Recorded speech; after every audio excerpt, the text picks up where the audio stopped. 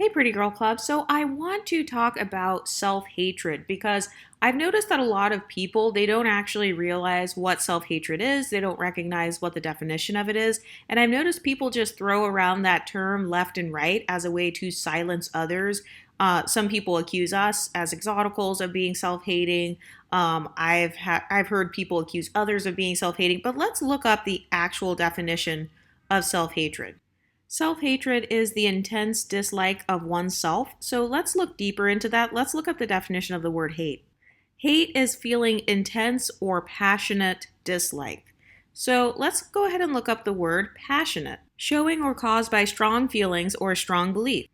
Okay, so now that we have looked up all of those definitions, it's safe to say that self hatred is having this intense, passionate dislike for yourself. And so when I think of not liking yourself, I'm thinking of you don't like your ethnicity, you don't like your race, you don't like your skin tone, you don't like your hair texture, you don't like your eyes or whatever. So I believe that self hatred is different than simply thinking that you are normal. So, for example, if you are, let's say you're an unambiguous black woman, actually, and you happen to think that mixed women are just the most beautiful women in the world, I wouldn't call that self hate because you're actually just bigging up someone else. You're not putting down yourself. When I think of self hatred, I think of someone who puts down themselves, they put down anyone that looks remotely like them. They don't like seeing people who look like them being put in positions of being beautiful. So, for example, if you guys go to pro black spaces, you will see where a lot of the people, they will talk crap about black men. Like they will say, oh, they look burned. Their hair's nappy. So it's like that person who has your same features, you are calling those features bad. Or same thing with black men against black women. They will say the same thing about their features. So I would call that self-hatred. I think that having a different standard of beauty versus what you were born as, it doesn't always equate to self hatred. So now that we have kind of talked about the nuances of what self hatred is, I want to talk about what the actual signs of self hatred are. One of the biggest symptoms of hating yourself is actually perfectionism. So, perfectionism is when you pressure yourself to be perfect. So, let's say somebody hates how they look. These are the people that pressure themselves to look perfect. So, they get mad like, my baby hairs aren't laid, my wig doesn't look flat enough, my makeup is not contoured to the gods, my makeup isn't laid to the gods, oh my God, I have a pimple. So, people with this perfectionist mindset, they tend to also project that perfectionism onto others. So, if they see another woman who looks just like her and she's confident and let's say she's overweight too, but she's confident in her appearance and she's confident in her body.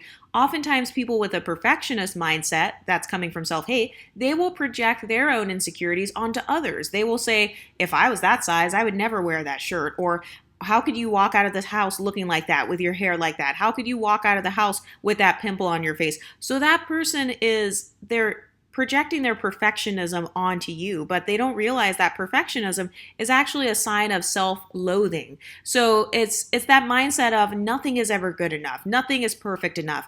I don't look perfect enough. So and so person who's supposed to represent me in the media, she doesn't look perfect enough. So I'm going to pick her apart as well. Oh, her wig looks horrible. Her twist out isn't done right. Her makeup looks bad. So these are the people where literally nothing is ever good enough. If you tell them they look like a certain person, they're going to think that that person is not pretty enough. These are the groups of people who they don't like people representing them if that person looks too much like them. And so the reason why I talk about the self-hatred that I see in the unambiguous black community is because I've noticed that they don't even value themselves oftentimes to create their own beauty standard for themselves. They use dark-skinned mixed women as their beauty standard. They use dark-skinned women with keen features as their beauty standard for dark-skinned unambiguous beauty. Or they use mixed race like biracials, multiracials, or people who benefit from isms to be their beauty standard. So that's why I say those things. It's not supposed to be, oh, I'm just attacking these women, or, I understand that not every single black woman in the world has this mindset. Nothing that I say on this channel is me focusing on all black women or all people feel this way, but I'm trying to explain what self-hatred actually is and how you can begin to spot it.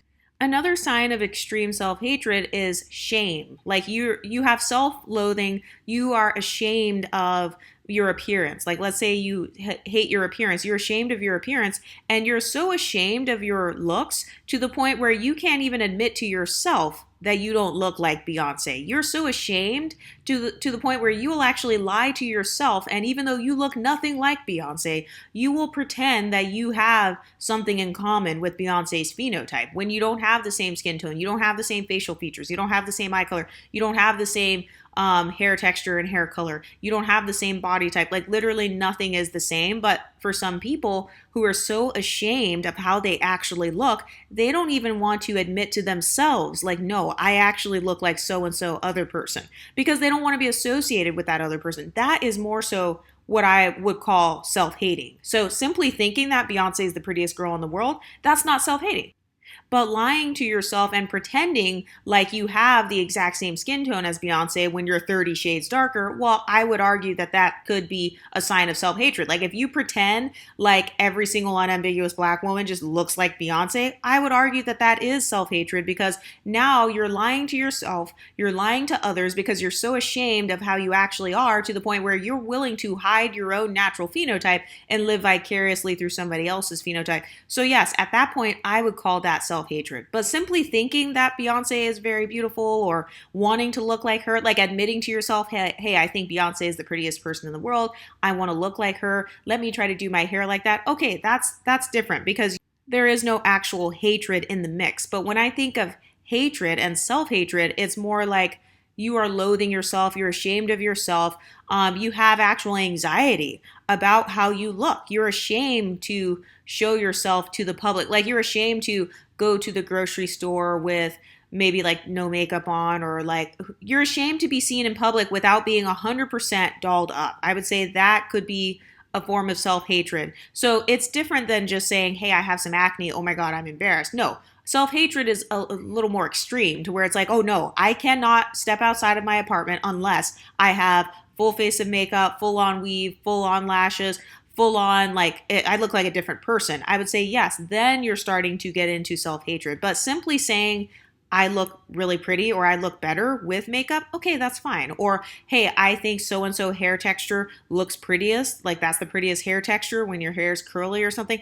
If you simply prefer those beauty, like that type of beauty, that is totally fine. But I do believe that a lot of people are disingenuous because they won't admit that they have self-hate. Like, for example, let's say you hate your own phenotype, and deep down inside, you hate your phenotype so much to where you don't want to be seen in public, and you're actually jealous of like a Beyonce. So I think there's a difference between simply admiring Beyonce's type of beauty and actually being jealous and being vicious and like wanting to tear her down and wanting to like call her ugly, and wanting to take her off of her pretty girl pedestal, because deep down inside you wish you could have that type of pedestal. So that's where I would say the self-hatred starts to come in, because you are so ashamed of simply admitting to yourself, hey, deep down inside, I really do think Beyonce looks better than me, or whatever. You're so ashamed of your own phenotype. You're so ashamed of not looking like Beyonce, and you're ashamed to admit that you actually find Beyonce's phenotype to be prettier than yours. But instead of dealing with those tough emotions, because those are very tough things to realize, but instead of dealing with that, you decide to harbor resentment towards anyone who does fit your beauty standard. And so the reason why I call this out in the unambiguous community is because I have seen this pattern over and over, where a lot of women will say, we're the blueprint, or like, I'm so pretty, like I'm prettier than you guys are mediocre, you're ramen noodle head ass bitches. If you go to my gaslighting video, which is one of the top videos on this channel, it's one of the quickest growing videos on here, you'll see all kinds of unambiguous women calling us names and calling us the names of animals and stuff like that. But a person who is truly confident and loves themselves would not speak that way. A person who truly views themselves as having a pedestal in society, or having pretty privilege themselves, would not feel the need to publicly call other women ugly, because that woman, she understands what it's like to have people being jealous of her. And so she's not going to go on and like kind of carry on that type of behavior. And so that's why I do tend to tie that type of behavior to self-hatred, because self-hatred leads to resentment. You resent anyone who you feel is getting more attention than you. You're lying to yourself because you're so ashamed of yourself. You're so ashamed of who you are on the outside, but you're also ashamed of who you are on the inside, and you're ashamed of your position in society. And so because of that, you would rather lie to the world or put on this front or put on a facade of confidence instead of actually being confident. Because I actually feel like true confidence is when you can admit your flaws. True confidence is when you can admit to yourself what your actual beauty standard is, even if that beauty standard is different than how you were born. Like for me, if I think that glammed up beauty, like I notice that I do kind of like some of the more fake beauty types or whatever. I like my natural face, yes, but I also like to have the option to get glammed up if I want to.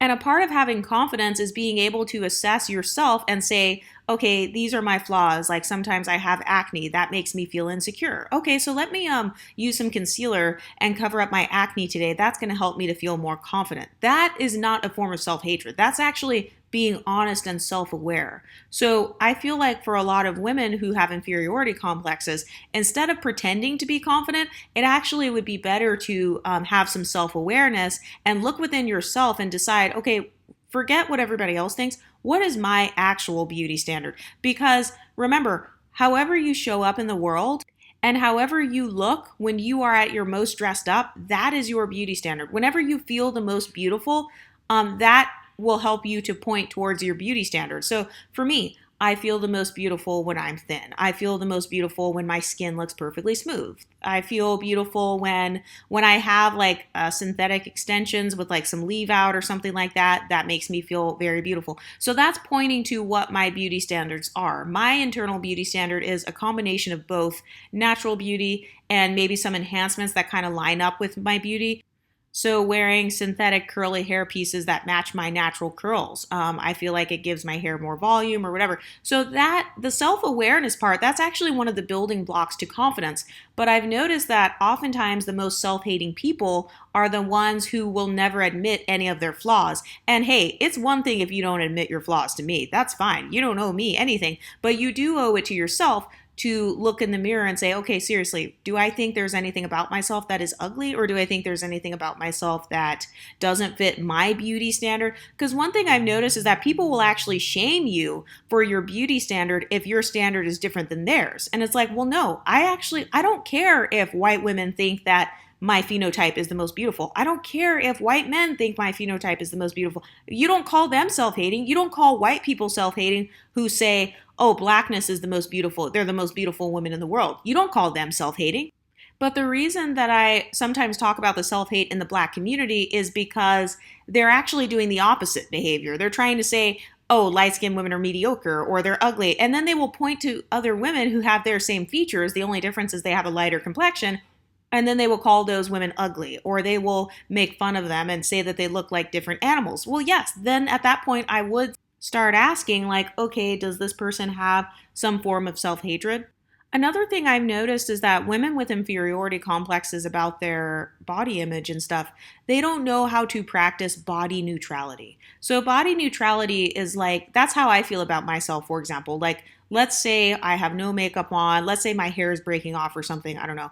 I would feel more neutral about it. Just kind of like, okay, this is what I'm working with right now. I wouldn't have that feeling like, oh my God, I'm crying every day now, or like I'm super depressed now because of this. I would say that that is more of a self-hatred thing. If it's like, you are actually depressed over this thing. You are actually, you feel like your life is ruined because of this particular thing. You feel like you will never be able to live your best life because of this particular thing. And this is why I also speak against the African American victim narrative. So the whole premise of this channel is we're not trying to deny our blackness. We're not trying to say that like we're better than blackness or anything. Blackness is still a core part of our identity, but all we're saying is that we no longer want to be associated with the African American victim narrative. We don't want to be associated anymore with that victim mentality that you see on a lot of the Black women empowerment YouTube channels, because I personally don't think it's empowering if I've got thousands of girls making videos saying, I hate my 4C hair. And then you've got little girls who are going to see those videos, little kids, little girls in middle school and stuff.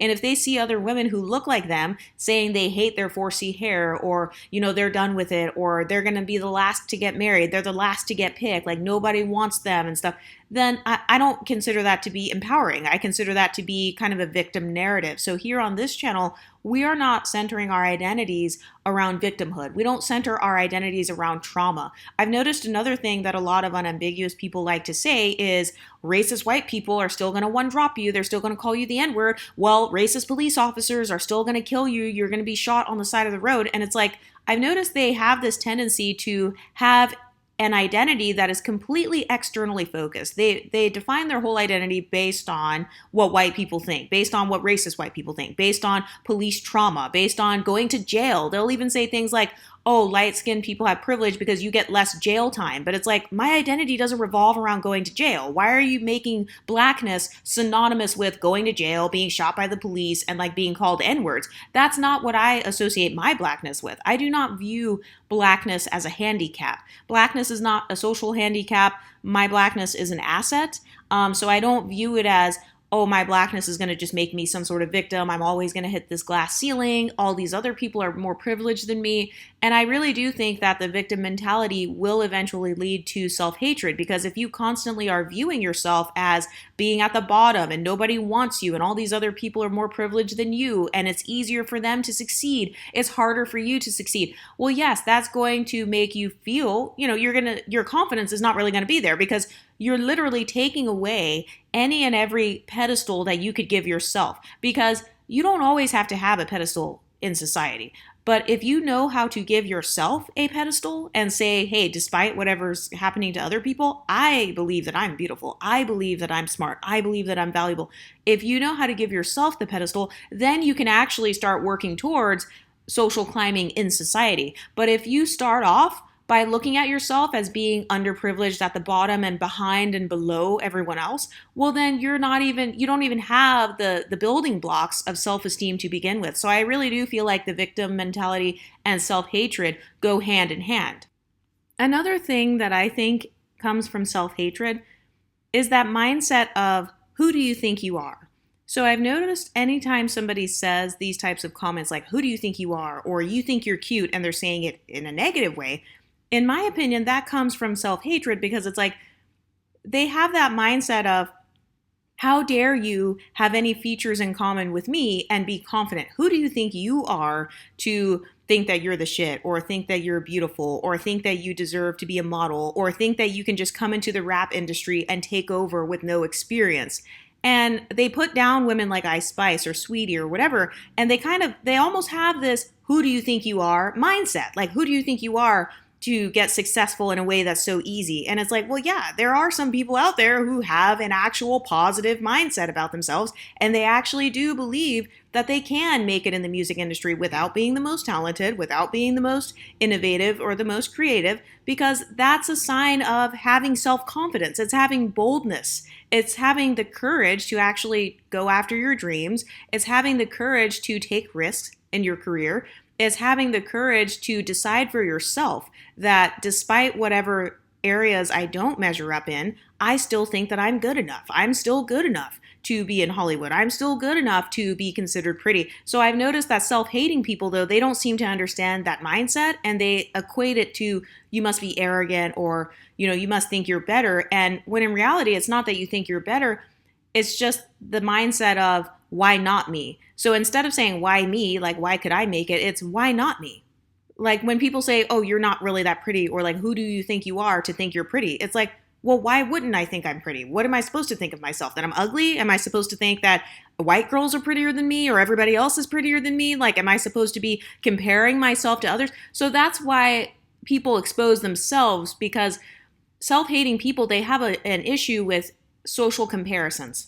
And so they will constantly compare themselves to people who have more male attention, people who have more opportunities, people who are more visible in the media, and then they feel like they don't measure up compared to those people. So when they come across a person whose self-esteem is not based on social comparisons, they don't know how to react because they're like, wait a minute, where did you get this confidence from? Or like, that's not fair. You must have got your confidence from being white. You must have got your confidence from white supremacy or from light skin privilege or texturism. So they will project their mindset onto you because deep down inside, that's where they would get their confidence from, because they have a self-hating mindset of, I hate my 4C hair. If only I had type 3 hair, then I would be confident. If only I had XYZ type of hair, then I would be confident. And so when they meet someone with type 3 hair who is confident, it's almost like this confirmation bias where they're like, see, I told you so. I told you that type 3 hair makes people confident. See, look at her. She has type 3 hair. She's a model. See, look at her. She's light skinned and she is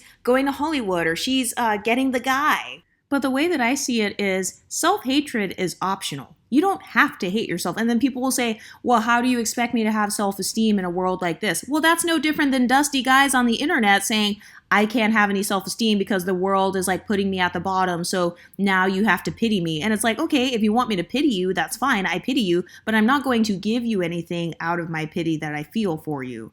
So the reason I try to stay away from the victim mentality is because I do think that the victim mentality gradually leads to self-hatred. You hate your position in society. You hate how you look or your ethnicity or your family background, your socioeconomic status. And I do think that having that mentality, it can actually hold you back. But now that we've kind of talked about what we're going to define self-hatred as on this channel, let's talk about how to deal with self-hatred and how to combat that. So the first thing I'm going to say is experiencing feelings of self-hatred or experiencing feelings of inadequacy, this is normal. This is a normal part of the human experience. No, you're not weird. No, you're not alone. No, you're not just fucked in society. So you can stop shaming yourself for feeling like, oh, I hate my thighs. Or, I've had that mindset before when I was younger, when being super, super stick thin was in. Like, I'm talking like your hip bones are showing and stuff. I remember having those thoughts and feelings, but I never progressed it past just a passing thought. I would just kind of let the thought go through my mind and then I would just release it. I wouldn't internalize that and start crying and, get all super depressed.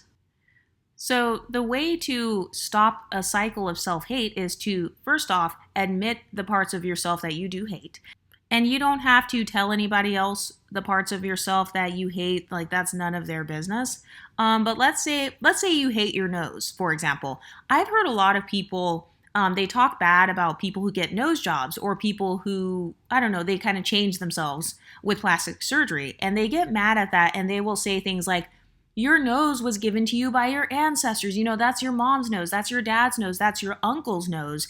And they make it as if you owe society that particular nose because that's the nose you were born with or because that's what you inherited from your family members. So there are those people that have that mindset of you are required to represent your ethnicity or your family members out in the world. And so that's fine if that's your mindset. There's nothing wrong with that. If you want to represent your heritage, actually, I promote that on this channel. I promote being proud of your heritage. But the bottom line is when it comes to things like beauty, depending on that woman's social climbing goals and depending on what she wants from her life, it may not actually be the best option for her to just represent her family's nose. Like if she has a hook nose or something and she feels like it's taking over her face or she somehow feels like she can social climb farther with a different nose type, well, there are going to be people that will change their nose. And so I think that a lot of people, they think that beauty is a monolith. Beauty is not a monolith. Pretty privilege isn't a monolith.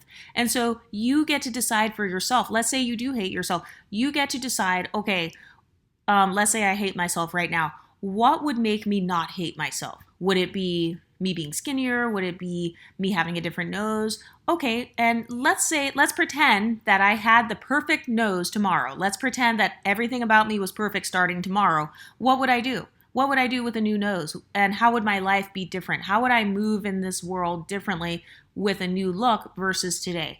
And that's the first step to help you realize what your actual social climbing goals are.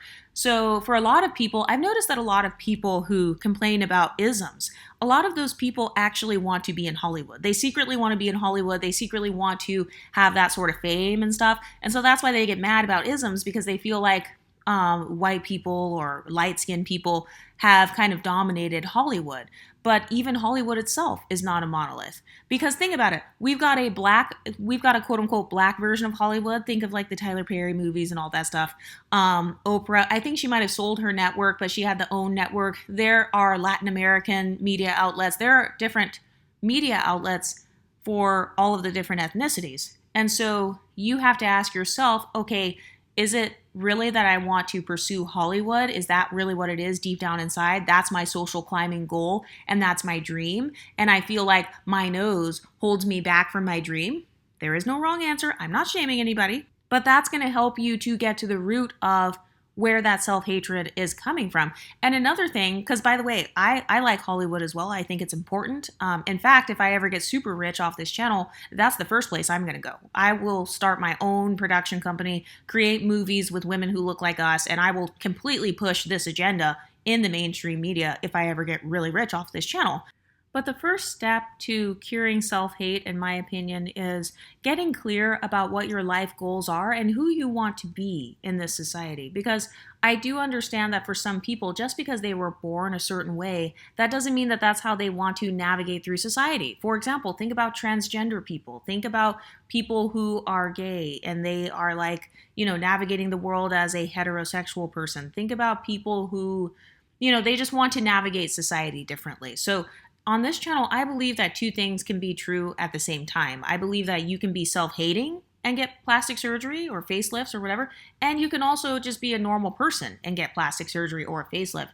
I don't think that everyone who gets surgeries is a monolith. I don't think that everybody who changes their appearance is a monolith, and there's more than one way to be pretty. There's more than one type of pretty privilege, and so the first thing to curing self-hate is asking yourself, where would I be in life if I loved myself? Or what is the most leveled up version of life I can think of for myself?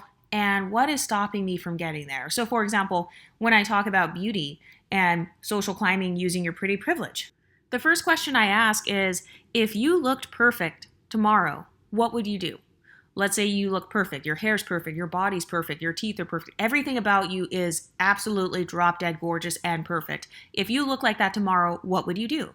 Would you start a dating profile? Would you go on Instagram? Would you do Instagram modeling? Would you try to be an actress? Because that tells you deep down inside what your subconscious actually wants. So yes, it is going to probably sound outlandish. Like, oh wait, I actually want to be an actress myself. Wait a minute, I actually wanted to be like Beyonce myself. So that's going to help you. The self-awareness will help you to recognize what you actually do admire. And the part where I get annoyed is when women won't admit that deep down inside we are their beauty standard. And that's fine. It's fine if we're your beauty standard. I don't really care about that. But what I do care about is when you try to pretend like we're not your beauty standard. And then you have the audacity to be openly racist against mixed black people. So I know that they'll talk crap about women like Ariana Grande. They talked about her blackfishing. She wasn't blackfishing, she was mixed fishing. So they talked about Ariana Grande mixed fishing at the beginning of her career. But Ariana Grande actually helped Victoria Monet, who was like one of her close friends. She helped Victoria Monet, who is an actual mixed woman, to get opportunities. Victoria Monet is a very successful biracial black-white songwriter. She has a whole career now. So I don't really care if you just think that we're the most beautiful women in the world and you want to look like us. I don't care as long as you're not racist against us. But what I would care about is if somebody's trying to look like us, then they simultaneously call us ugly or say that we're like mediocre, or they're trying to convince us, as if we don't have eyes, they're trying to convince us that we're somehow not pretty. But when it comes to self-hate, one of the things that people have to do is remove the trigger. I talk about this all the time. Whatever is triggering the self-hatred, you have a right to decide if it's worth it for you to remove it. So for example, like I said, if I were obese, yes, I probably would hate myself. And so you know what? If I could remove the trigger, I would. So I would go work out. I would pay for lipo if I needed to. I would I don't know, like put some lotion on so that like I don't have as much loose skin or cellulite or something. So that's me being honest and actually being able to level up as opposed to pretending, oh, I'm body confident, body positivity. Not every fat woman has body positivity about herself being fat. So what I don't like is when people try to put you in this monolithic box, like, oh no, if you're fat, you have to be confident in being fat. If you're unambiguous, you have to be confident in being unambiguous. We all know damn well that a lot of women are not confident in being unambiguous. This channel deals with reality. So if you want to pretend like you have perfect confidence 24/7, which I already know is statistically impossible, if you want to keep pretending like you're actually confident in your natural appearance, that's fine. But if you want to get some real information about how to actually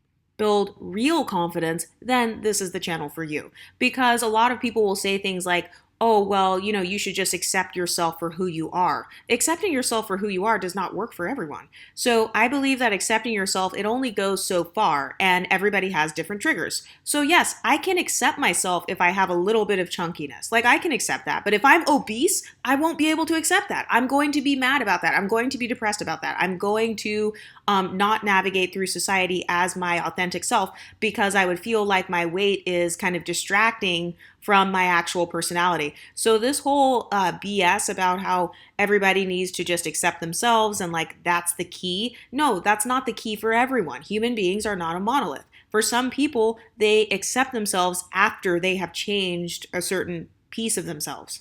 And so when I talk about how some unambiguous women like are jealous or they want to look like us, the reason that I say that is because I see a lot of them change themselves to look like us. That's why I'm saying that. It's because when they are going to weddings or when they're going to birthday parties or when they have these formal events, when they want to look like their quote unquote best selves, they often do tend to mimic the appearance of dark-skinned mixed women. And so that's what makes me think that, yes, I do think some of them think that dark-skinned mixed women are their beauty standard. Actually, I think that is their beauty standard. I think that the beauty standard for a lot of unambiguous Black people in general is the mixed version of themselves. It's the ambiguous version of themselves. And when I say ambiguous, I'm not saying white. I'm not saying white passing, because that's another thing. A lot of people, they think ambiguous means you look white. No, Chili from TLC is a perfect example of looking ambiguous to me because she doesn't look white, but she looks ambiguous. She could be from the Philippines. She could have a Pacific Islander background. She could have a Native American background, Black and something else. So that's ambiguous. And I've noticed that for a lot of people, the standard of beauty for Blackness is ambiguous Blackness. And so when I say ambiguous Blackness, I mean a Black or Black adjacent person who is benefiting from an ism. Colorism, texturism, or featureism, or a combination of all three. But one of the ways to cure self-hate, in my opinion, is to either accept the fact that you will never meet XYZ standard, like you'll never have that privilege, whatever it is that you want, or you're going to have no choice but to have compassion on yourself while you're in the process of changing yourself into whatever privilege you're trying to attain. So, for example, for the unambiguous women who have 4C hair and they relax their hair, it's not self-hating if that woman is honest with herself and admits, okay, I believe that stretched out or straighter hair is like easier for me personally to manage. I like how I can do the different hairstyles, blah, blah, blah. And so I think that I look beautiful with my hair relaxed. I don't call that self-hatred, but self-hatred is when you make videos saying, I hate my 4C hair. I'm going to complain about my 4C hair so much to the point where I'm going to try to get thousands of people to sympathize with me so I can get attention for how much my 4C hair sucks. And I'm also going to make fun of mixed women with 4C hair, and I'm going to call their hair nappy. And I'm going to try to project my insecurities about my 4C hair onto other people so that no other women with 4C hair can ever feel more beautiful than me. Now that is self-hatred. Self-hatred is, I hate my 4C hair so much so to the point where I am going to abuse it and I'm going to, let it get all messed up, let it have like diseases and stuff growing in it. You've seen those videos online where people, they've neglected their hair because maybe they don't like it or maybe they're depressed. So you're getting depressed about your 4C hair, you're neglecting it, you're allowing yourself to suffer, you're going through self-harm because of this 4C hair, and also you hate yourself so much to the point where you don't even have the courage to try to change it or to try to, get rid of the nasty stuff that's in it or try to fix the breakage or maybe even changing your hair texture altogether. You don't even have the courage to do that because you don't have the confidence at all. Like you have no courage to admit to yourself that you hate it, and then you also, because you don't have that courage, you don't have the courage to change it either, and you're not able to articulate to yourself or others how to solve the problem. Yes, that is self-hate, and that's actually the self-hate that goes in a cycle to where it's like you can't grow because of it. You can't learn anything new. You can't navigate in a different way because you have just decided to sit there and wallow in victimhood. In my opinion, if you can admit your insecurities, you are not self hating because you're able to practice self compassion. So, for the women who say, I'm insecure about my hair in its natural state, that's it. I'm point blank, period. I'm insecure. And so, in order to solve my insecurity, I choose to braid it up or put it in locks or something. And that's going to help me to deal with my insecurity. Or, hey, I'm insecure about my 4C hair, and so I'm going to go ahead and relax it. I'm just going to muster up the courage to relax it and learn how to style it in its relaxed state because that goes with the aesthetic that I think is the most beautiful. So, fuck what anybody else thinks. If I think relaxed hair is beautiful, I'm going to wear my hair relaxed. I don't give a fuck what anyone thinks. And that's what I'm going to do. So, that's actually not self hating because it actually took some courage and some self-reflection, and it took some confidence to even be willing to change yourself in the first place. So I don't really have smoke for people who they can admit their insecurities or they can be honest with themselves about what they want, even if it is fucked up. I don't care if people say, oh, well, that's messed up. Like you're giving in to certain beauty standards, or like you're being like, for the people who want to be skinny, oh, well, you're contributing to fat phobia. Or if you relax your hair, you're contributing to texturism. Those people who do that, first of all, they've already thought about that. Secondly, it took courage and self-reflection for them to decide to texturize their hair or to change their appearance. And number three, they made the choice to give up their social justice warrior badge of honor. And they decided, hey, I live in this messed up society and I know that other people are much braver than me. Like they're willing to admit their own fears and stuff like that. So they're like, hey, other people are so much braver than me for like being obese and twerking and stuff like Lizzo, or, rocking their 4C hair 24/7. But I don't have that bravery. I don't have that type of quality when it comes to my hair. And I understand that I live in this messed up society. And so for my personal social climbing goals, I feel like it would be easier for me to navigate them with my 4C hair in its relaxed state.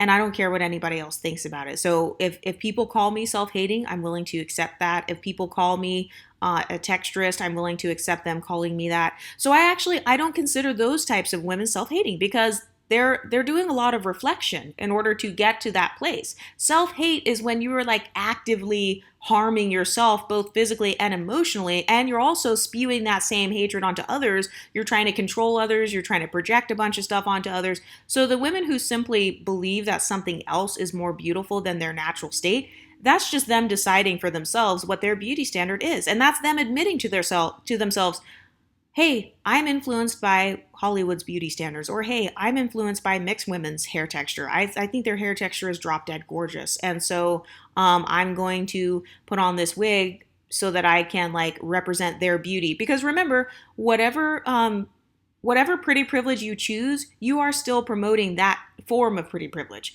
So I've noticed that some people, they get mad when people choose the mixed race pretty privilege over the unambiguous pretty privilege. But again, you can't beg other people to be your representation. So if you want unambiguous pretty privilege to be more well known, then you have to make that visible because beauty is visibility.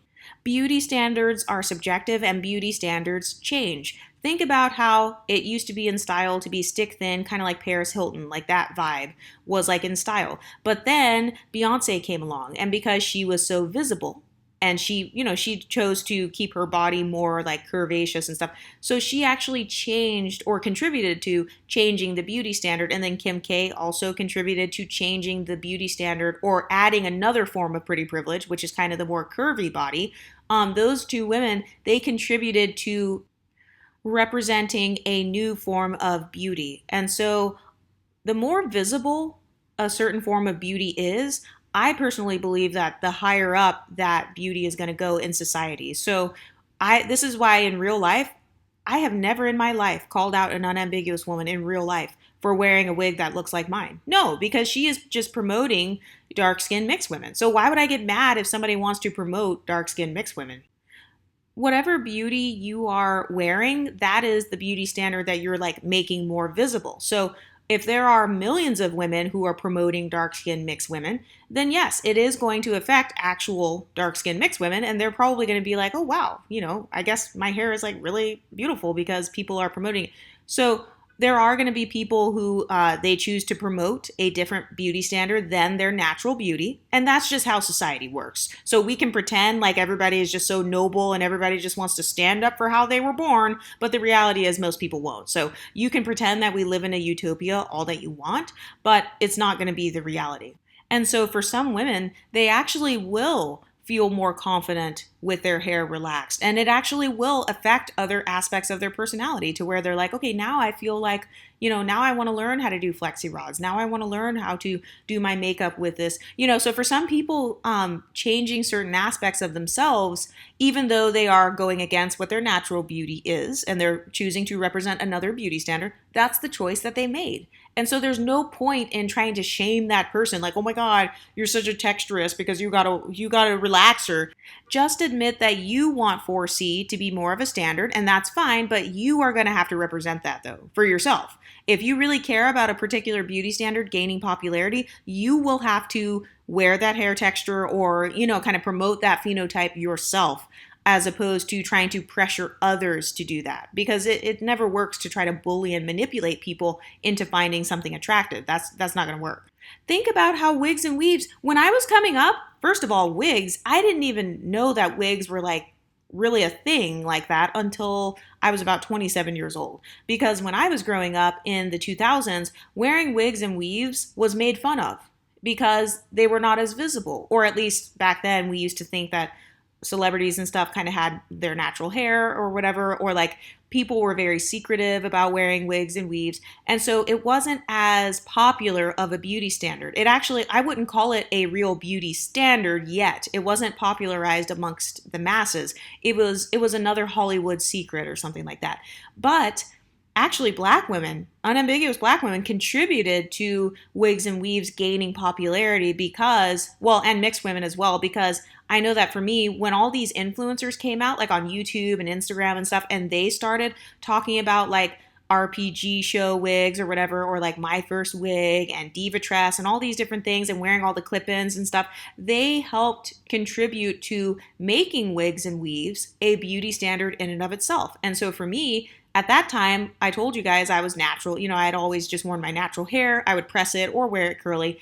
And I noticed that I took a liking to that particular beauty trend because I value versatility. I noticed that that's my beauty standard is versatility. It's fluid identity. It's fluid beauty. It is ambiguity, not whiteness, but ambiguity within blackness. And so at that time, I had to think for myself, like, wait a minute. I noticed that I get triggered when I see other women with my phenotype and they get to change their hair color every day. And their hair is fake and nobody's making fun of them. Nobody's making fun of their hair for being a weave. Everybody's praising their beauty. And, that was when I had to realize within myself, wait a minute, deep down inside, I want to be able to have that freedom. I don't want to be boxed into this religious mindset where it's like, I can't wear makeup, I can't do any of this stuff because it means I'm trying to seduce a man. So I was able to be honest with myself and admit like, okay, I like versatility. That's my beauty standard. And also with that versatility, I like how I navigate in society. I love that I can look like a different person tomorrow. I love that I can switch my hair color with the seasons. I like that I can go from curly to straight and I haven't done any damage to my actual hair. I love that I don't have to wait 5 years until my hair grows to tailbone length. I can just wear it tailbone length tomorrow. And so I had to analyze myself and decide what is my beauty standard. And also, it's okay if your beauty standards change as well. It doesn't necessarily equal self-hate because, like I said, self-hate, in my opinion, it's more extreme. It's more like I'm literally abusing myself. I'm actually depressed because of these things. I'm depressed because without this wig, I look like a monster or something. So I would say self-hate has more of a self-loathing behind it. And I do feel like for some people, the only way that they can combat that self-hate is by admitting to themselves, hey, I don't like where I'm at in society. I don't like my mom's nose. I don't like my mom's hook nose or whatever. Like, I know that they might think it's cute, but I don't think it's cute for my personal social climbing goals, because there are some people who want to be privileged in society. They want to benefit from certain privileges. There are people out there who want to benefit from light skin privilege. And so they will bleach their whole body or like do all these things to get a totally different skin tone. And then they will say, like, okay, how am I navigating through society now? Or like, is it different? So I've actually been watching some of the bleaching channels lately just to try to get like an insight on their mindset and stuff like that. And I've noticed that for a lot of the women online who have all those bleaching channels and stuff, a lot of those women, they're actually quite honest and self reflective. They will say, I think that mixed women are gorgeous. I think that light skinned women are very beautiful. I think that skin tone is just like the pinnacle of beauty or whatever. It's not that I hate my skin tone, because I lived with my dark skin tone for 30 years and now I want to experiment. Like, I've seen some channels where like they will become lighter and then they'll decide, okay, I didn't like it being that light. Let me go back down or whatever. It's actually really interesting. You guys should look into it. But I know that for some people, that's going to be hard for them to accept, because some people's self esteem is so externally focused that they get offended if they are not your beauty standard. So, like for me, I don't get offended. Let's say Katy Perry, who's white, let's say she were to bleach her skin to become whiter. I would not be offended by that, because Katy Perry doesn't have to make my skin tone her beauty standard. Why do I put Katy Perry's opinion on a pedestal in the first place? But for the people that are very externally focused when it comes to their personal beauty standard, they actually get offended when you don't find them beautiful. And so they will try to like bully you into finding them beautiful. And they're trying to bully you into finding them beautiful because they don't have any self-esteem unless somebody else thinks they're beautiful. But the difference between those people and the people who are reflective is the people who reflect on themselves, they decided their own internal beauty standard, meaning I'm going to think I'm beautiful with this particular skin tone or with this particular hairstyle, regardless of what other people think. So this is why when it comes to the self-hatred conversation, I actually do think there's a lot of nuance to it, because making a blanket statement like you're automatically self-hating if you have a relaxer, I think that's kind of like too much of a generalization. I think that two things can be true at the same time. So some people who relax their hair do hate themselves, and then other people who relax their hair do not hate themselves. They just simply think that the relaxed hair looks more beautiful, or I don't know, goes with their schedule or something, goes with their social climbing goals. And so that's why I say it's really important to examine within yourself what your social climbing goals are. What are your beauty goals? Why is beauty so important to you? There is no wrong answer. But what is your beauty standard? Think of who the most beautiful woman in the world is. Does she exist, or is it someone you kind of made up in your own mind? Because I know for me, my beauty standard is a combination of other women's beauty, like features that I've seen where I like, okay, I like very thin bodies. I like being tall and skinny. But it's really important to be honest with yourself about what your beauty standards are, where those beauty standards came from, whether or not you agree with the beauty standards that were taught to you. And then you get to decide, okay, do I have the courage to pursue this beauty standard even if it is different than my natural self? Am I willing to deal with people saying you must hate yourself? Because for me personally, there are certain things where the benefits outweigh the cons. So some people think that I hate myself because I wear makeup, or they think I hate myself because I wear synthetic wigs. I don't care if people say that I hate myself. Like I'm more than willing to deal with people accusing me of self-hate, because I like the benefits that I receive when I wear my red lipstick, when I wear my little ponytail, or my little, change my hair color for the fall and I have like little red extensions and stuff. So the benefits outweigh the cons. But for some people, they choose their ethnicity first. So their identity is centered around their ethnicity before anything else. So pro-blackness comes before beauty. This is why you will see women who they will have their free-form locks, or they will do certain African hairstyles and stuff that do not fit the popular beauty standards, because for them, their identity centers around blackness first or their ethnicity first, and that's fine. But there are other people, myself included, where my pretty privilege actually comes before ethnicity. So yes, my race and my ethnic background, that's a part of my identity, but it's not actually at the core of my identity. And so this is why I feel okay with playing around with racial ambiguity. Like some days looking more black than I actually am, some days looking less black than I actually am. You know what I mean? So for me, my pretty privilege is something that I enjoy the benefits of pretty privilege more, or I prioritize the benefits of the pretty privilege more than I prioritize the benefits of pro blackness or pro Latin American or pro white ancestry or whatever. So I don't really make my beauty into a political statement, but for some women, they will make their beauty political. And so for some women, the pro black agenda, the pro black beauty agenda is more important to them than experiencing pretty privilege in their everyday lives. And that is okay.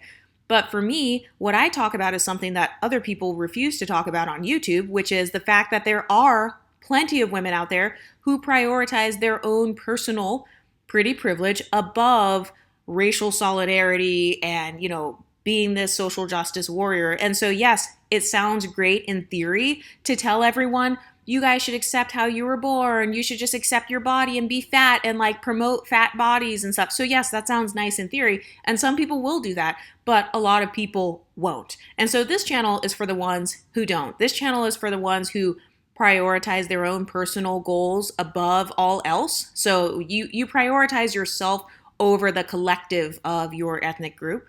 And it doesn't make you a bad person or anything. It doesn't mean that you hate your ethnicity or your background. It just means that you want to be able to slide in and out of that background, or you want to be able to slide in and out of pretty privilege at will. And so you value versatility over making a political statement. So, for example, because let's say you're pro-black and you have free-form locks. Well, you're going to get questions about the free-form locks as well. You're going to get discrimination because of the free-form locks as well. So it's like, no matter what you do in the society, you're going to experience pros and cons. And so even the people who say, I don't wear makeup and like, I don't like it or I don't need it, that's fine. And if you feel confident, that's okay. But even the people who wear no makeup, it doesn't mean that society is going to look at them and say, oh, wow, you're just so drop dead gorgeous. You're so much prettier than everybody else. I'm going to give you more pretty privilege than the girl who's all dolled up and looks like a video vixen. No. Wearing no makeup has pros and cons as well. Wearing no wigs and weaves has pros and cons. Like for me, I had gotten to a point in my life where the benefits of my quote unquote natural look or whatever, kind of always having the same look, I got tired of it. I got tired of constantly being described based on just my phenotype or whatever, like, oh, the tall light-skinned girl with the long dark hair. I got tired of that. So I wanted to experience a different side of life. I wanted to navigate through society in a new way. And that's my choice. And so what I don't like is when people try to take away my freedom of choice when it comes to my beauty standards. You can't force me to find you attractive. Just like how broke men online, they'll be like, you need to give us a chance, otherwise you're classist. Like guys have called me classist on here because I say you shouldn't do 50-50 or hypogamous marriages. And so they'll say I'm classist and I'm biased. And they'll say that I'm promoting capitalism, which harms people of color and that it harms black people and stuff. But it's like, I value my personal position in this capitalistic society more than I value solidarity with somebody else simply based on their ethnic background. I am the main character of my life. So for those of you who feel like the entire black community is the main character of your life, or you feel like the 4C hair texture is the core of your identity, then that's fine. You have every right to do that. But this channel respects both decisions, okay? This channel believes that two things can be true at the same time. You can be self-hating with a relaxer, or you can be social climbing with a relaxer and, living it up with your relaxer. You can be self-hating and have blonde highlights, or you can be exercising your pretty privilege with the blonde highlights. You can feel confident with no makeup, or you can simply use the no makeup as a facade to try to pretend that you're confident when you're actually not. So two things can be true at the same time. Humans are not a monolith, and when it comes to self-hatred, people will navigate their own self-hatred in different ways. People will attempt to prevent self-hatred in different ways. The way that I prevent self-hatred is I remove the trigger. So like I said, I know that I would hate myself if I was obese. So I remove the trigger. I remove the risk of obesity by working out. At least I'm being real and vulnerable with myself, and I'm being honest with myself about what my insecurities would be. And so this is why people they will maybe relax their hair. Maybe they'll lighten their skin. Maybe they will get a boob job or something. I don't know. Because they understand, hey, I just had a baby, and like if I have a saggy stomach and saggy boobs, I know that I'm eventually going to get to a place where I hate my body because the society that I live in is messed up. And so it promotes having a certain body type. And so I have the money to get a surgery. So I'm going to get the tummy tuck or the mommy makeover. And that is going to prevent the self hatred.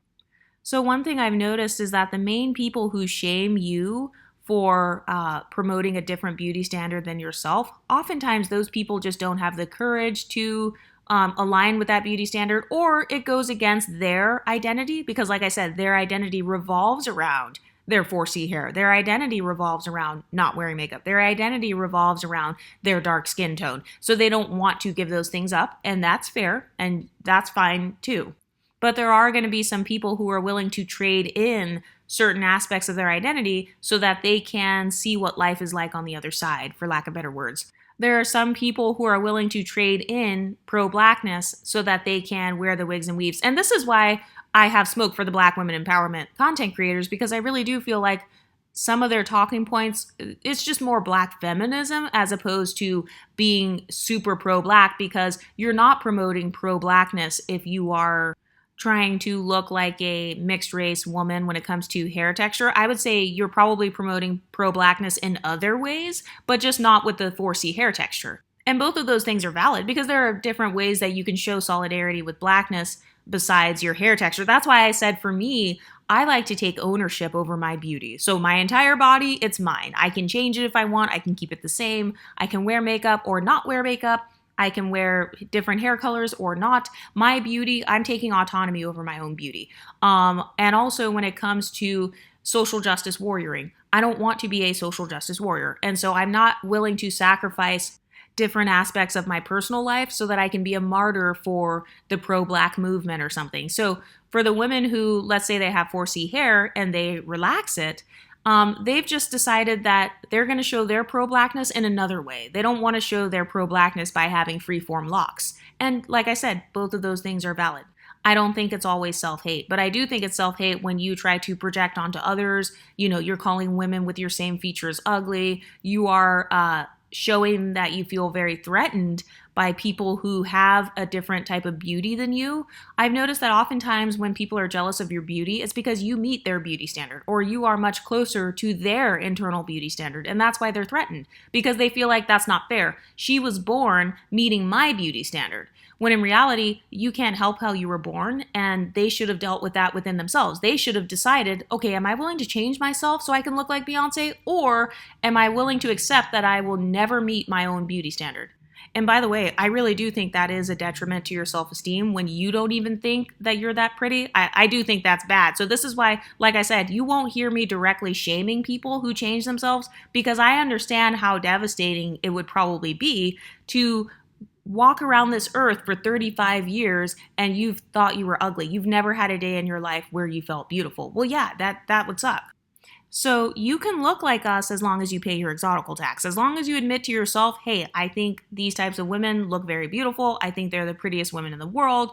I want to show love to their cultures and their hair textures and their phenotypes by emulating them, and, you know, I have no animosity towards them. Fine, that's totally fine. But if you are emulating us and then deep down inside you are threatened by us at the same time, okay, yeah, now I am thinking it's some self-hatred.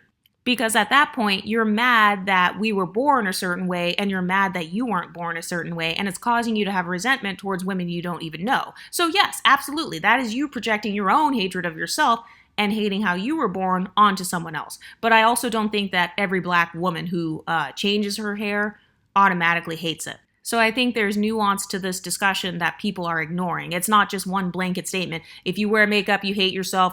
If you wear wigs, you automatically hate yourself. No, it's two things can be true at the same time. You can either hate yourself and do it, or you can not hate yourself and do it.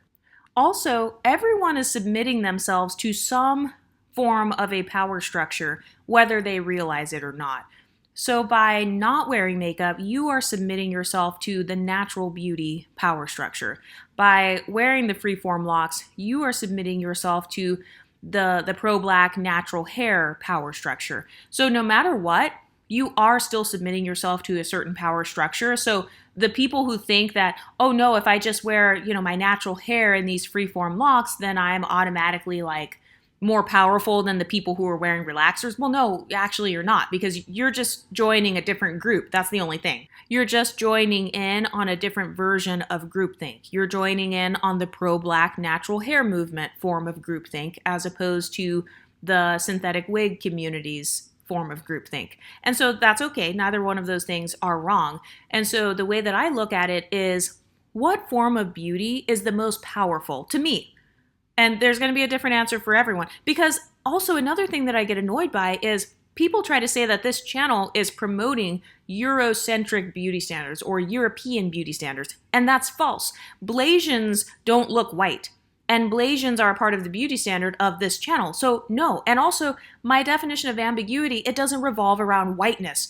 I do believe that there's a such thing as looking mixed. And when I use the term looking mixed, what I mean is you have an appearance that is kind of a stereotypical appearance of both black and non-black features. So maybe you have broad lips and a broad nose, but you have light skin. That's an example of quote unquote looking mixed in the eyes of society, because they stereotype if you've got some unambiguous black features and then you've got some features that are associated with another ethnicity, that's looking mixed. So that is not promoting white beauty standards, because white beauty standards are like Taylor Swift. It's like Jennifer Lawrence. That's white. Those are white women. The mixed beauty standard that I promote on this channel, I do my best to promote every single mixed race phenotype or black ambiguous phenotype that I can think of. I do need to get more pictures of like plus size women, but all of my images, they just come from Google Images. So I just try to pull up whatever images match with the video as best as possible.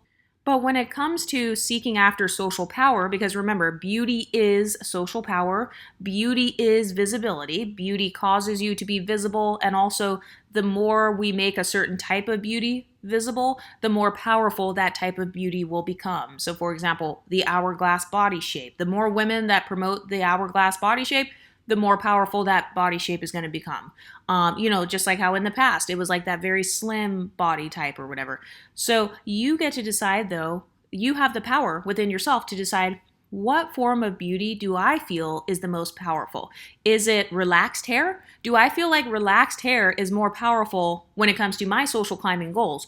Will that give me more social power than my 4C hair in freeform locks? For some of you guys, you're going to say yes. And so if your answer is yes, that means that you are willing to give up your natural 4C hair so that you can exchange it for the social power of having that relaxed hair. Like whatever power you feel like that gives you, whether it's in the office or in the dating world or just with yourself, with your own hair care routine. Because I know that for me, when I got a relaxer one time, a long time ago, and my hair fell out completely, obviously. And I remember when I was growing it back out, I was trying to sneak and like wear weaves and stuff. Anyway, so I went through a period myself where wearing my hair in stretched states or wearing it in protective styles, that actually helped me to learn how to experiment with the different hair products and stuff, and learn how to experiment with like what hairstyle looks good on me. Same thing with wigs.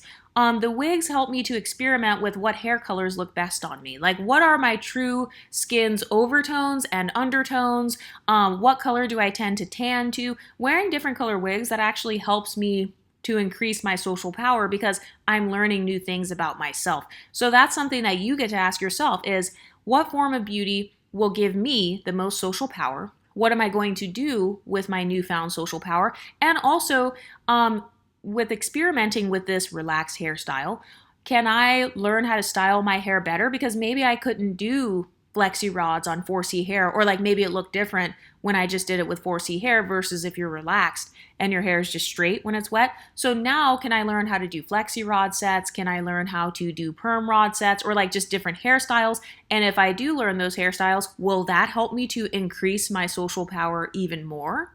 And I keep using hair as an example. Let me use another example. I'll use the bleaching channels as an example, or tanning channels. What skin tone do I feel has the most social power in this society? Or a better question is, what skin tone do I feel has the most social power in the part of society that I want to be in? So, for example, a lot of people forget that mixed race black people a lot of us are not white passing. So a lot of us don't have a white skin tone.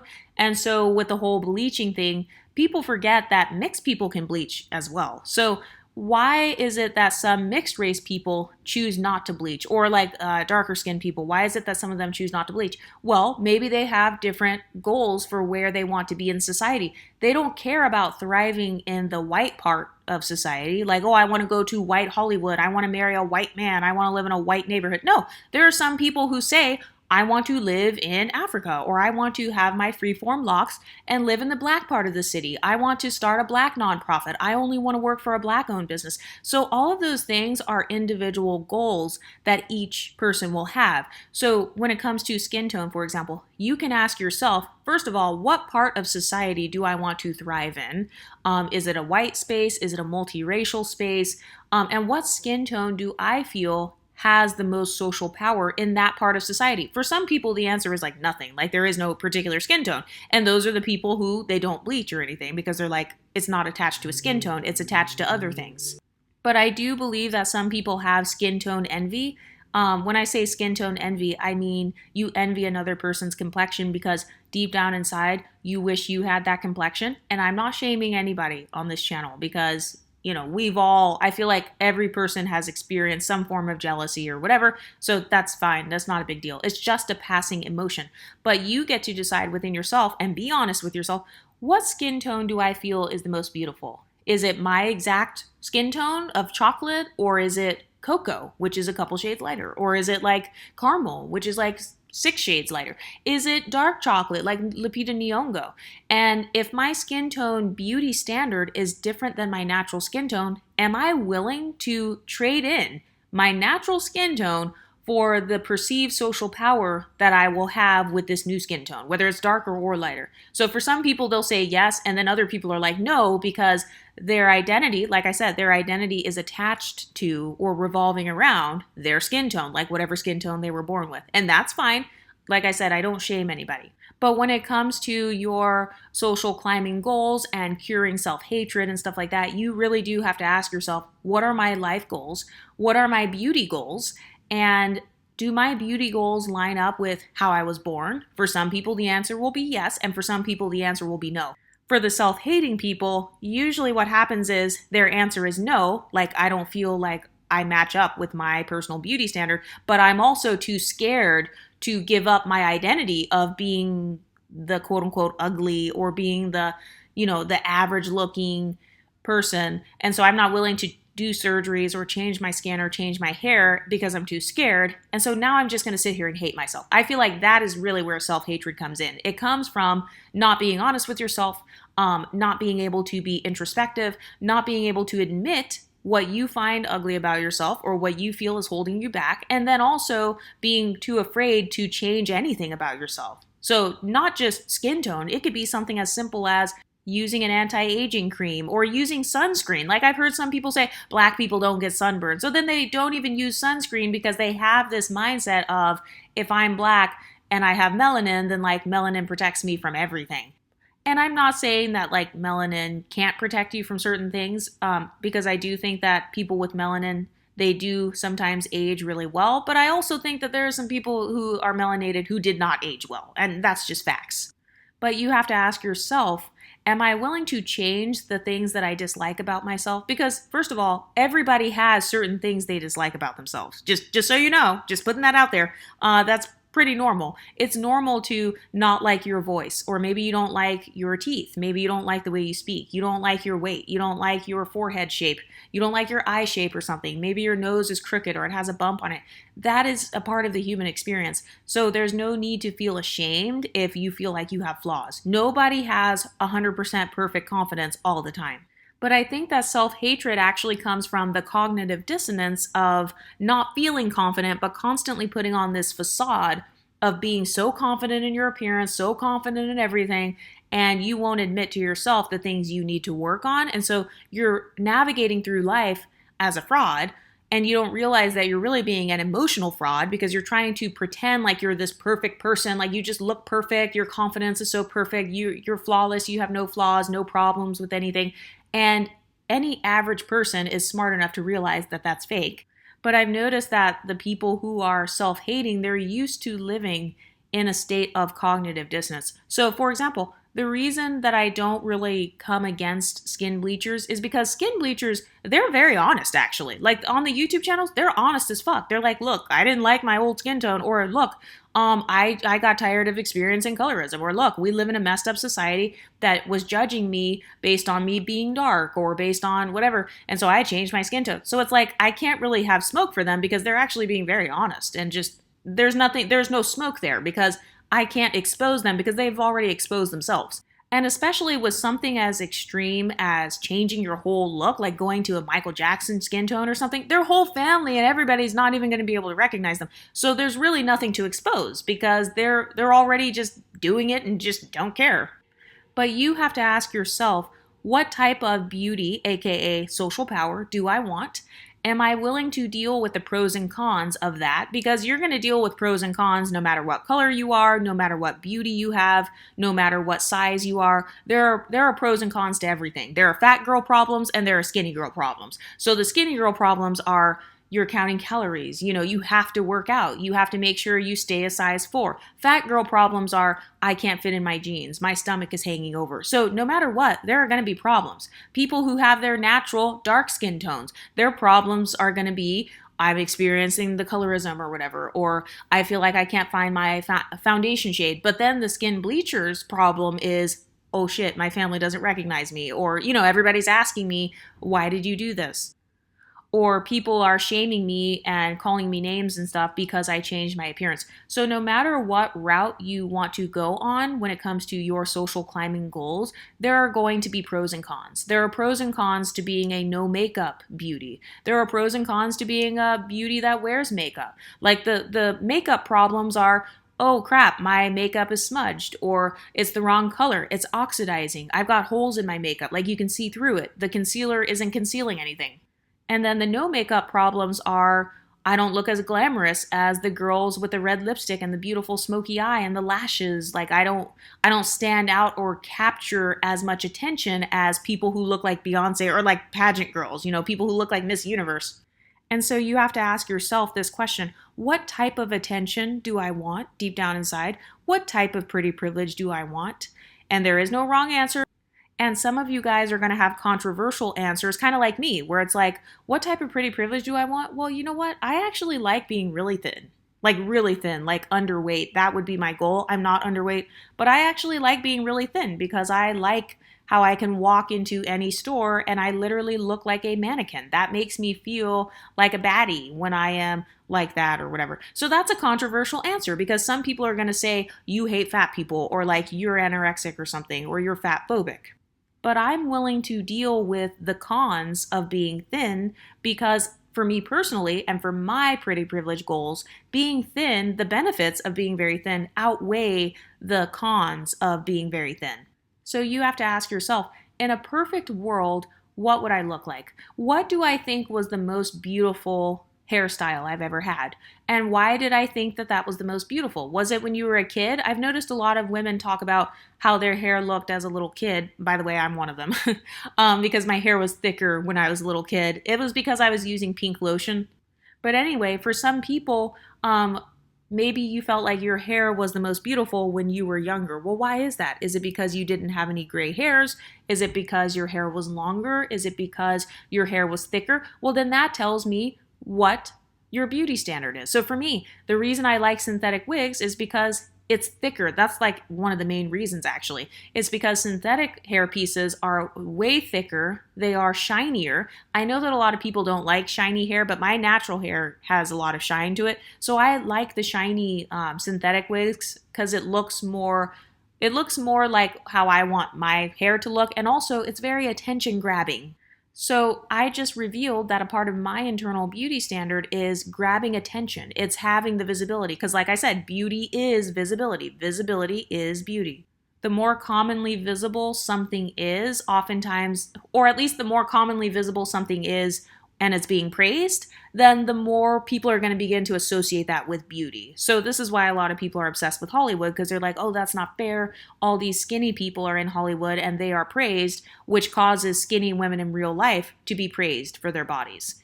It's because they're visible. But what a lot of people don't realize, though, is that you, as an individual, you contribute to the visibility of whatever beauty standards you want. This is why when you go to different regions in the United States, you will see they have different fashion. So on the West Coast, they might dress one way. On the East Coast, they dress another way. That's because of the individual people that live in those particular cities following a certain trend. So that trend may not actually even be the nationwide trend for like clothing. The trend may just be something local, but because a lot of women in that local area like that look, then you're going to see more women being praised like that in that area. So you have to ask yourself, who do I feel is the most beautiful woman in the world? It could be a celebrity, it can be a family member, maybe it's yourself. Okay, what makes me beautiful? Or what do I think are my most beautiful qualities and why? Is it my hair texture? Why do I think that's a beautiful quality? Oh, okay, it's because it's type 3. So that tells me that my beauty standard for hair textures is type 3. And that doesn't mean that I hate type 4, but that's one of the ways that you can like get a gauge on what your beauty standards are. And then you can ask yourself if you're willing to give up your natural look so that you can attain that beauty standard. Because for some women, it is worth it. It's worth it for them to get the facelift or for them to get their boob job or their little, I don't know, to go to the gym or something because they like the status that they receive when they have that particular privilege. It could be thin privilege. It can be some sort of pretty privilege. But like I said, in my opinion, pretty privilege is like a fingerprint. Every single person has their own standard of what they believe is the prettiest. I don't believe that any two people have the exact same standard of beauty. I think that there are some forms of pretty privilege that are more popular to the masses. And so for some of you, that's your beauty standard. You're following the Hollywood beauty standard or kind of the Instagram. I notice that I tend to like kind of the social media beauty standard. I really do. Kind of the slim hourglass, kind of like the straight white teeth or whatever, even like the veneers, kind of like the Fashion Nova models or something like that. I noticed that that's beauty standard. I personally like that beauty standard. But for other women, they don't like that body type. They don't like that look. They want something else. They like how the women looked in the Caribbean. They liked when they wore the head wraps and all that. And so that's their beauty standard. But I don't think that if you change yourself in any way or if you do any sort of beauty enhancement that you automatically hate yourself. No, I think self-hate is when you're projecting your self-hate onto others or when you are projecting your insecurities onto others or when your whole life is ruled and controlled by your insecurities. Like if you are literally depressed because of how you look to the point where you're like crying over it every single day when you look in the mirror, then yes, I would put that in more of the self-hate. I actually have heard of that, by the way. If you check out some of those videos where they're like, I hate my 4C hair or I hate my skin or whatever, you will see some women crying over how they look. And so for those women, they have two choices. Either keep crying, like accept the fact that you'll never look how you want to look, or you can, first of all, probably get some therapy, but also work on maybe leveling up whatever you feel is making you look ugly. And I've noticed people tend to call you racist and stuff if you don't find their particular phenotype to be the most beautiful. But to me, that's not racist. Like if a white guy says he likes blonde-haired, blue-eyed girls, I don't find that racist. I just find that to be, that's just one guy. Like, especially if I don't even want that guy, like who cares? But the bottom line is everybody has an internal beauty standard, whether you like it or not. So there's no such thing as you're going to be the prettiest girl in the world and every single person is going to think you're the prettiest girl in the world. No, there's no such thing because pretty privilege is so subjective and beauty is so subjective to the point where some people will give you the pretty girl pedestal and some people won't, especially if they're jealous. Jealous people will never give you the pretty girl pedestal. Pretty privilege does not work with jealous people or with people who are threatened by you. It only works with people who are not jealous and people who are attracted to you. So you have to ask yourself, what is my goal with my beauty? And what do I feel is holding me back from meeting that goal? Is it my acne? Is it my stomach hanging over my jeans? And if so, am I willing to change those things? Am I willing to give up my natural fat stomach and get some lipo so that I can solve this problem quickly and solve it tomorrow? So I don't judge people no matter what your decisions are, but I think that to make a blanket statement and just say, if you do XYZ, you're self-hating, I don't necessarily think that that's the case. But I can say that if you are promoting my phenotype as your beauty standard, thank you, because that's helping my natural beauty type to be kind of more pedestalized or more popularized. So I'm actually not against that because I can always use that to my advantage. If I don't feel like wearing a wig and makeup one day, then I can use that to my advantage.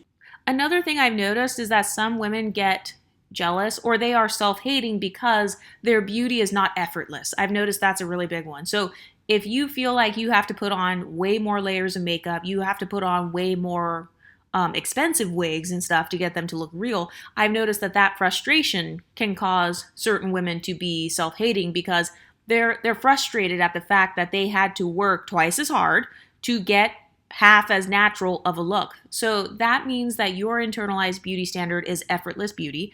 And so the only way to attain that effortless beauty is you have to naturally look like that person. And so this is why some people will bleach themselves or relax their hair or something. It's because they're trying to get closer to it being effortless or looking effortless. Because think about how perm rods tend to look on 3-day-old type 3 hair versus 3-day-old 4C hair. Like it tends to look different. The frizz is different, kind of the shrinkage and stuff may be different. So for some women, they get frustrated and become self-hating because they're mad at the amount of effort they have to put in so that they can measure up. And when I use the term measure up, anytime I hear somebody use that term measure up or be good enough, that shows me that their beauty standard is different than how they were born. And that's fine, but in my opinion, you would have been better off by changing yourself to where when you have no makeup on and stuff, you naturally are closer to that. And so one area that I've noticed people were talking crap is with Tiny T.I.'s wife and her daughter Zonique, and then people online and stuff, they were talking crap about people who get that surgery to make their eyes a certain color, like green or blue or whatever. But for some people, it is frustrating that they have to put on contacts every single day, or, they have to maybe deal with insecurities or something, or maybe their internal beauty standard is a blue-eyed mixed race woman as opposed to a dark brown-eyed mixed race woman. That's their beauty standard. And also, you won't be able to hide what your beauty standard is. That's another thing. You can't hide your beauty standard. So if you are walking around on your wedding day with no makeup, that you're showing me your beauty standard. Your beauty standard is no makeup. If you're walking around with my hair texture, you're showing me that your beauty standard is my hair texture. If you're walking around like a different person every day, like me, then you're showing that your beauty standard is versatility, being able to change and have a fluid type of beauty. So there's no need to be ashamed of whatever your beauty standard is because everybody has one. But you've been lied to and you've had people telling you everybody just accepts themselves. Like, why can't you just accept yourself? Everybody else is confident. Why can't you just be confident? They're gaslighting you. They are gaslighting the crap out of you. So you've been lied to and you are now convinced that everybody doesn't have a beauty standard or that, you're supposed to somehow compete and be the most pretty person in the world. And a lot of that stuff is just gaslighting. This is why it's very important to understand sociology, the study of society, and psychology, how the mind works, because those things are really going to help you to get rid of things like self-hatred. It's going to help you to overcome your insecurities. But anyway, what do you ladies think? Have you ever had people gaslight you because your standard of beauty is different than them, or they gaslit you because you didn't find them to be the most beautiful person in the world? What do you think? Let me know in the comment section, and I'll talk to you next time. Stay pretty, ladies.